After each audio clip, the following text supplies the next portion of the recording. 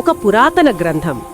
సృష్టి, చేతన, విశ్వం వీటి రహస్యాలను ఆధునిక విజ్ఞానానికి చాలా దగ్గరగా వివరించిందంటే ఎలా ఉంటుంది? ఈ రోజు మనం అలాంటి ఒక శక్తివంతమైన గ్రంథం గురించి లోతుగా చర్చిద్దాం. అదే శివపురాణం. నమస్కారం. ఇప్పుడు శివపురాణం అనగానే చాలా మందికి అది కేవలం ఒక మత గ్రంథం అనే ఆలోచన వస్తుంది. కానీ అది అంతకు మించి కదా? ఖచ్చితంగా. ఇది వ్యాస మహర్షి రచించిన 18 మహాపురాణాలలో ఒకటి. కానీ ఇది కేవలం కథల సంకలనం కాదు. ఇది తత్వశాస్త్రం, కాస్మాలజీ, ఆధ్యాత్మిక విజ్ఞానం వీటన్నిటి అద్భుతమైన మిశ్రమం. అంటే మన అస్తిత్వాన్ని అర్థం చేసుకోవడానికి ఒక తాళం చెవిలాంటిదన్నమాట. సరిగ్గా చెప్పారు. సరే, అయితే మొదటి నుంచి మొదలు పెడదాం. అసలు ఏమీ లేనప్పుడు ఈ విశ్వం ఎలా మొదలైంది?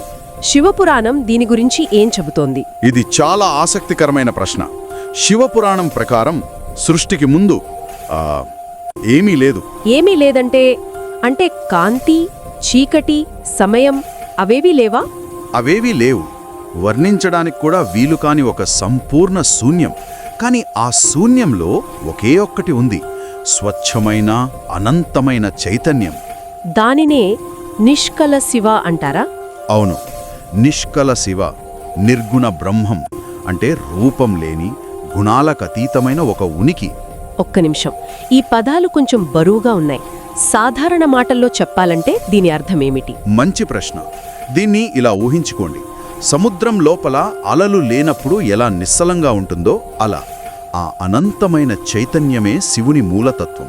అది ఒక వ్యక్తి కాదు, ఒక శక్తి, కేవలం ఉనికి. ఓకే, అర్థమైంది. మరి ఆ నిశ్శబ్ద చైతన్యం నుండి ఇంత గందరగోళంగా ఉండే ఈ విశ్వం ఎలా పుట్టింది? ఇక్కడే అసలు అద్భుతం మొదలవుతుంది. ఆ అనంతమైన నిశ్శబ్దం నుండి ఒక చిన్న కంపనం, ఒక వైబ్రేషన్ పుట్టిందని పురాణం చెప్తుంది. ఒక వైబ్రేషన్? అవును. ఆ మొదటి కంపనమే నాదం అనే ఆదిమ శబ్దం. ఆ నాదం ఒక బిందువుగా ఘనీభవించింది. దాన్ని బిందువు అంటారు. నాదం, బిందువు. ఆ నాదం బిందువుల నుండి శక్తి అనే దైవిక శక్తి ఉద్భవించి సృష్టి అనే ఈ అద్భుతమైన లీలను ప్రారంభించింది. అంటే శివుడు అంటే చైతన్యం, శక్తి అంటే ఎనర్జీ. అవును. ఈ రెండూ కలిసినప్పుడే విశ్వం ఉనికిలోకి వచ్చిందనమాట. సరిగ్గా. ఇది వింటుంటే నాకు ఆధునిక భౌతిక శాస్త్రంలోని బిగ్ బ్యాంగ్ సిద్ధాంతం గుర్తొస్తోంది. అవును, చాలా దగ్గరగా ఉంటుంది. వాళ్ళు కూడా విశ్వం ఒకే ఒక్క బిందువు అంటే సింగ్యులారిటీ నుండి విస్తరించిందని చెప్తారు కదా. ఆశ్చర్యంగా ఉంది. వేల సంవత్సరాల క్రితం ఎలాంటి టెలిస్కోపులు లేకుండా కేవలం అంతర్దృష్టితో వారి విషయాన్ని గ్రహించడం నిజంగా అద్భుతం. అంటే సృష్టి ఒక్కసారి జరిగి ఆగిపోలేదు, నిరంతరం జరుగుతూనే ఉంటుందా? అవును, ఇది నిరంతర ప్రక్రియ. అందుకే శివపురాణంలో శివుని పంచకృత్యాలు గురించి చెప్పారు. 5 విశ్వ కార్యాలు: సృష్టి, స్థితి, సంహారం. అవును, సృష్టి, స్థితి, సంహారం. ఆ తర్వాత తిరోభావం, అనుగ్రహం. ఒక్క నిమిషం ఆగండి. సృష్టి, స్థితి, సంహారం ఇవి అర్థమయ్యాయి. కానీ ఈ తిరోభావం అంటే ఏమిటి? దాచిపెట్టడం అనేది ఒక దైవిక చర్య ఎలా అవుతుంది? అద్భుతమైన ప్రశ్న. చాలామంది ఇక్కడే తికమక పడతారు. తిరోభావం అంటే దాన్ని ఎలా చెప్పాలి? మన అజ్ఞానం అనే ఒక తెర. ఓ, అంటే అసలు సత్యాన్ని మన అహంకారం, మన అజ్ఞానం చూడకుండా అడ్డుకుంటాయి. ఆ భ్రమనే తిరోభావం అంటారు. ఆ తెరను తొలగించడమే అనుగ్రహం. వావ్! అంటే మన అజ్ఞానమే మనల్ని సత్యానికి దూరం చేస్తోందన్నమాట. చాలా లోతైన ఆలోచన. మరి ఈ 5 పనులు శివుడెక్కడో కైలాసంలో కూర్చుని చేస్తున్నాడా? అక్కడే అసలు రహస్యం ఉంది. శివుడు ఒక వ్యక్తిగా ఇవి చేయట్లేదు. ఈ చర్యలు విశ్వ నియమాల రూపంలో వాటంతటా అవే జరుగుతాయి. అందుకే నటరాజు రూపం గురించి చెబుతారు కదా. ఖచ్చితంగా. శివుణ్ణి నటరాజుగా అంటే విశ్వ నర్తకిగా సూచిస్తారు. అతని నృత్యమే ఈ సృష్టి. అణువుల కదలిక, నక్షత్రాల పుట్టుక, జీవుల జనన మరణాలు అన్నీ ఆ విశ్వ నృత్యంలో భాగమే. అతని చేతిలోని డమరుకం సృష్టికి, అగ్ని వినాశనానికి ప్రతీకలు. అవును. పైకి లేపిన చెయ్యి రక్షణకు, కింద ఉన్న పాదం మోక్షానికి ప్రతీకలు. నాసా శాస్త్రవేత్త కార్ల్ సాగన్ లాంటి వాళ్లు కూడా నటరాజు నృత్యాన్ని పరమాణు కణాల కదలికలతో పోల్చారని నేనెక్కడో చదివాను. నిజమే. ఆ పోలిక కేవలం యాదృచ్ఛికం కాదు. విశ్వం యొక్క ప్రాథమిక స్వభావం, సృష్టి మరియు లయల నిరంతర చక్రం. దాన్ని మన పూర్వీకులు ఒక కళారూపంలో ఎలా గ్రహించగలిగారు అనేది ఆలోచించాల్సిన విషయం. అంటే ఈ విశ్వనృత్యం చేసే శివుడు ఒక వ్యక్తియా లేక ఒక శక్తా? పురాణం దీని గురించి ఏం చెబుతుంది? 2 రకాలుగా వివరిస్తుంది. ఒకటి నిర్గుణ శివుడు, అంటే మనం ఇంతకు ముందు మాట్లాడుకున్న రూపం లేని అనంతమైన చైతన్యం. ఓకే. రెండవది సగుణ శివుడు, అంటే రూపంతో ఉన్నవాడు, భక్తులు ప్రార్థించడానికి కనెక్ట్ అవ్వడానికి వీళ్లుగా ఉండే రూపాలు. మహేశ్వరుడు, రుద్రుడు, భైరవుడు, ఇలా ఎన్నో. వీటన్నిట్లో ముఖ్యమైన 2 రూపాల గురించి చెప్పగలరా? వాటి వెనుక ఉన్న తత్వమేమిటి? తప్పకుండా. ఒకటి అర్ధనారీశ్వరుడు, సగం శివుడు సగం పార్వతి. ఇది స్త్రీ పురుషుల కలయికకు ప్రతీకనా? అంతకు మించి ఇది విశ్వంలోని ప్రతి ద్వంద్వానికి ప్రతీక. చైతన్యం, శక్తి, నిశ్చలక, చలనం. ఒకటి లేకుండా రెండోది అసంపూర్ణమని చెప్పే ఒక శక్తివంతమైన సందేశం. ఓకే. ఇక రెండోది? రెండో ముఖ్యమైన రూపం దక్షిణామూర్తి, అంటే మౌన గురువు. మౌన గురువా? అవును. ఈ రూపంలో శివుడు మౌనంగానే జ్ఞానోపదేశం చేస్తాడు. ఇక్కడ సందేశం ఏంటంటే అత్యున్నత సత్యాలను మాటల్లో చెప్పలేము, వాటిని అనుభవించాలి. కొన్నిసార్లు నిశ్శబ్దమే గొప్ప బోధన. నిజమే. అయితే వీటన్నింటికంటే ఎక్కువగా శివలింగాన్ని పూజిస్తారు కదా, దాని వెనుక ఉన్న అసలు తత్వమేమిటి? చాలామందికి దాని గురించి అపోహలున్నాయి. అవును, ఇది చాలా ముఖ్యమైన విషయం. పురాణం ప్రకారం లింగం ఒక భౌతిక రూపం కాదు, అది అనంతమైన విశ్వానికి ప్రతీక. లింగం అనే సంస్కృత పదానికి గుర్తు లేదా చిహ్నం అని అర్థం. అంటే అది రూపం లేని నిర్గుణతత్వానికి, రూపమున్న సగుణతత్వానికి మధ్య వారధి అన్నమాట. సరిగ్గా. అందుకే దానికి ఒక నిర్దిష్టమైన ఆకారం ఉండదు. విశ్వానికి పైభాగం లేదా దిగువ భాగం ఎలాగైతే లేదో, లింగం కూడా అదే అనంతత్వాన్ని సూచిస్తుంది. ఇందుకు సంబంధించి పురాణంలో ఒక ప్రసిద్ధ సంఘటన కూడా ఉంది కదా, బ్రహ్మ విష్ణువులకు సంబంధించిన కథ. అవును. వారిద్దరిలో ఎవరు గొప్ప అనే వాదన వచ్చినప్పుడు అకస్మాత్తుగా వారి మధ్య అంతులేని ఒక భారీ కాంతి స్తంభం, జ్యోతిర్లింగం ఆవిర్భవించింది. దాని మొదలు చివర కనుక్కోలేకపోయారు కదా. అవును.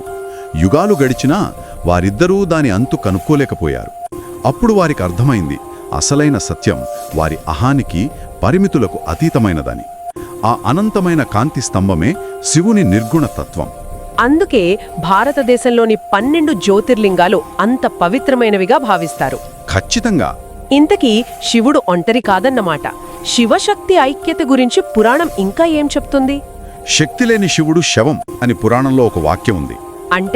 అంటే శక్తి, ఎనర్జీ లేకుండా శివుడు కాన్షియస్నెస్ పనిచేయలేడని. దీన్ని ఇలా అర్థం చేసుకోవచ్చు. మన దగ్గర ప్రపంచంలోనే అత్యంత శక్తివంతమైన కంప్యూటర్ ఉన్నా దానికి విద్యుత్ లేకపోతే అది నిరుపయోగం. వావ్, మంచి ఉదాహరణ. చైతన్యం, శక్తి వేరు కాదు, ఒకే నాణేనికి 2 ముఖాలు. విశ్వ నిర్మాణం గురించి శివపురాణం చెప్పిన విషయాలు కూడా ఆధునిక సిద్ధాంతాలను పోలి ఉంటాయని విన్నాను. నిజమేనా? అవును, ఆశ్చర్యకరంగా నిజం.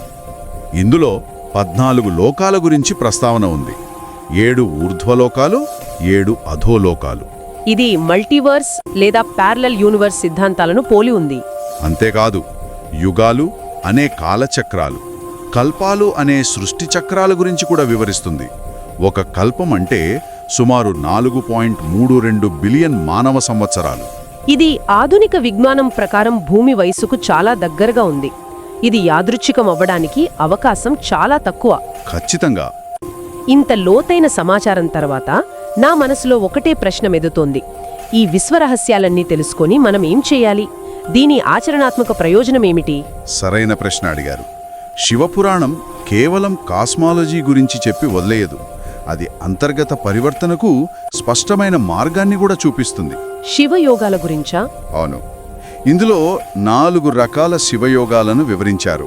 మొదటిది జ్ఞానయోగం, అంటే విచారణ ద్వారా సత్యాన్ని తెలుసుకోవడం, నేను ఎవరు అని ప్రశ్నించుకోవడం. ఓకే. రెండవది భక్తి యోగం, అంటే ప్రేమ, భక్తి ద్వారా భగవంతుడికి కనెక్ట్ అవడం. దీనికి ఉదాహరణలుగా పురాణంలో కన్నప్ప, మార్కండేయుడు లాంటి కథలు కూడా ఉన్నాయి కదా? ఖచ్చితంగా.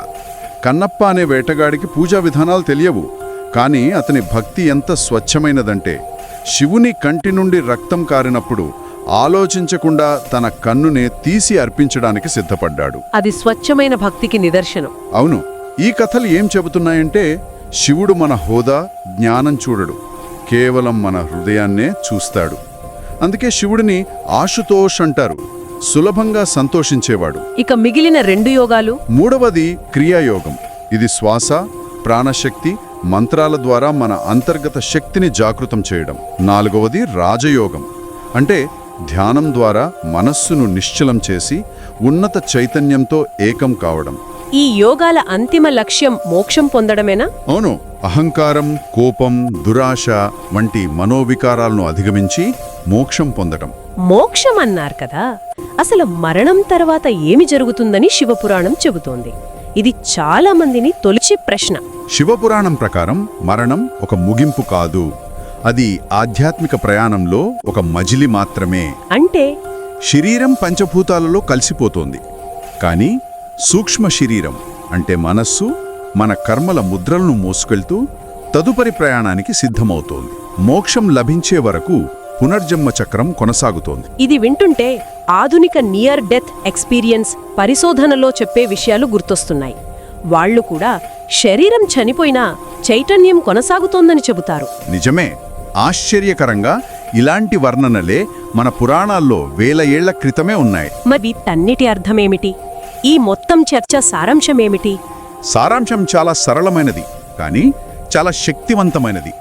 శివుడిని అర్థం చేసుకున్నవాడు తనను తాను అర్థం చేసుకుంటాడు. ఎందుకంటే శివుడు బయట ఎక్కడో లేడు, మనలోనే ఉన్నాడు కాబట్టి. సరిగ్గా. మన చైతన్యంగా ఉన్నాడు. మనసు శక్తి అయితే చైతన్యం శివుడు. అవి కలిసినప్పుడు జీవితం సంపూర్ణమవుతుంది. చివరి రహస్యమేమిటంటే శివుడు మనం భయపడాల్సిన దేవుడు కాదు, మనం గ్రహించాల్సిన, అనుభవించాల్సిన సత్యం. ప్రతి హృదయ స్పందన, ప్రతి శ్వాస, ఏ శక్తి అయితే ఈ గెలాక్సీలను కలిపి ఉంచుతుందో అదే విశ్వశక్తి ద్వారా నడుస్తుంది. ఆ శక్తి శివుడు. అంటే మనం వెతకాల్సింది బయట కాదు, మన లోపలే అన్నమాట. ఖచ్చితంగా. శివుడు ఎక్కడో లేడు, ఇక్కడే, ఇప్పుడే ఉన్నాడు. ఈ చర్చ విన్న తర్వాత ఒక విషయం ఆలోచించకుండా ఉండలేకపోతున్నాను. ఏమిటది? మనం ఇప్పటిదాకా చర్చించుకున్న విషయాలు, విశ్వం ఒక బిందువు నుండి పుట్టడం, కాలచక్రాలు, మల్టీవర్స్, చైతన్యం యొక్క స్వభావం, వీటన్నిటినీ ఆధునిక విజ్ఞానం ఇంకా ఛేదించడానికి ప్రయత్నిస్తూనే ఉంది. అలాంటి సత్యాలను మన పూర్వీకులు వేల సంవత్సరాల క్రితమే ఎలాంటి సాంకేతిక పరికరాలు లేకుండా ఒక తాత్విక చట్రంలో ఎలా నిక్షిప్తం చేయగలిగారు? ఇది కేవలం కల్పన, లేక మన ఊహకు అందని రీతిలో వారు సత్యాన్ని గ్రహించారా?